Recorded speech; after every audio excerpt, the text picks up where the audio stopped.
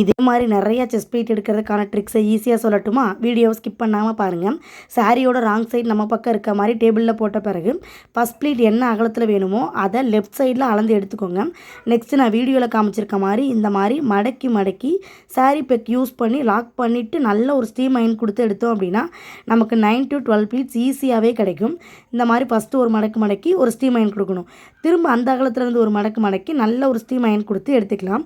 இது எல்லாம் முடித்த பிறகு சாரி அப்படியே ரிவர்ஸில் திருப்பிட்டு ஒரு ப்ளீட் விட்டு எடுத்தோம் அப்படின்னா எல்லா ப்ளீட்ஸும் ஈவனாக கிடைக்கும். ஒரே மாதிரி பார்க்கறதுக்கு அழகாக இருக்கும். இந்த மாதிரி எல்லா ட்ரிக் அண்ட் டெக்னிக்ஸோட sari box folding class just 100 rupees பேமெண்ட்டுக்கு படிக்கணும் அப்படின்னா மேலே இருக்க வாட்ஸ்அப் நம்பருக்கு மெசேஜ் பண்ணுங்கள். இந்த ரைட் சைடு நம்ம திருப்பிட்டோம் அப்படின்னா ஃபஸ்ட் ப்ளீட் அப்படியே இருக்கும். அப்படியே நமக்கு லைன் கிடைக்குது. அது ஒரு ப்ளீட் விட்டு எடுத்தோம் அப்படின்னா சூப்பராக நமக்கு கிடைச்சிரும். இந்த சாரி ப்ரீபீட்டிங் கிளாஸில் இப்போ ட்ரெண்டிங்கில் போயிட்டுருக்க ஹேங்கர் ஃபோல்ட் ஃப்ளஃபி ப்ளீட்ஸ்லாம் கவர் ஆகுமான்னு கேட்டிங்கன்னா எல்லாமே தான் கவர் ஆகும். நம்ம எடுத்த பிறகு இந்த மாதிரி டேபிளில் பெக் யூஸ் பண்ணி லாக் பண்ணிவிட்டு எல்லா ப்ளீட்ஸையும் நீட்டாக அயன் பண்ணி எடுத்துக்கிட்டோம் அப்படின்னா சூப்பராக கிடச்சிரும். ட்ரிக்கை மறக்காமல் யூஸ் பண்ணி பாருங்கள்.